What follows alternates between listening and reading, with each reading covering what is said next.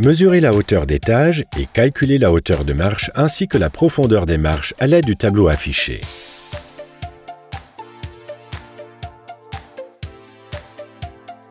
Marquez l'emplacement des trous à l'aide des gabarits fournis. Lors de l'opération, veillez à l'alignement correct. Fixez tous les gabarits en tenant compte des dimensions de profondeur et de hauteur des marches calculées auparavant. Fixez les gabarits au ruban adhésif par exemple. Percez des trous aux endroits marqués et retirez la sciure des trous percés. Alignez le support de marche de la première marche du haut et marquez l'emplacement des trous. Percez les trous et enlevez la sciure. Les tiges filetées sont mises en place à l'aide d'un mortier bicomposant. Veillez à ce que les tiges filetées dépassent suffisamment du mur.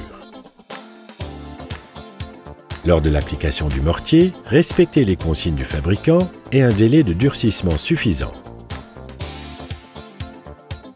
Fixez ensuite le support de marche le plus haut et laissez aussi le mortier durcir.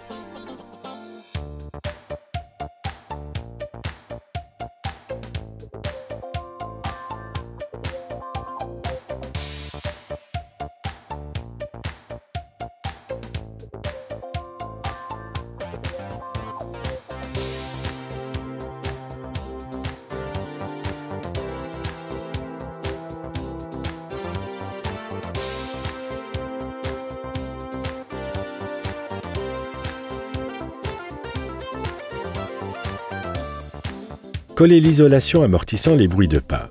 Montez tous les supports de marche l'un après l'autre. Une découpe latérale est nécessaire avant de monter la marche du haut. Ensuite, vous pouvez la faire coulisser sur le support de marche. Vissez auparavant les vis sans tête dans les éléments de serrage.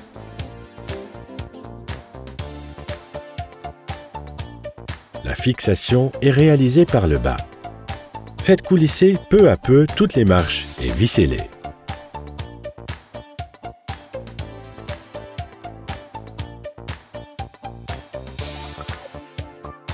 L'escalier à crémaillère est aussi disponible sous forme d'escalier à palier. Ceci permet un changement de direction vers la droite ou vers la gauche dans le tracé de l'escalier. Le montage du palier est comparable à celui des marches.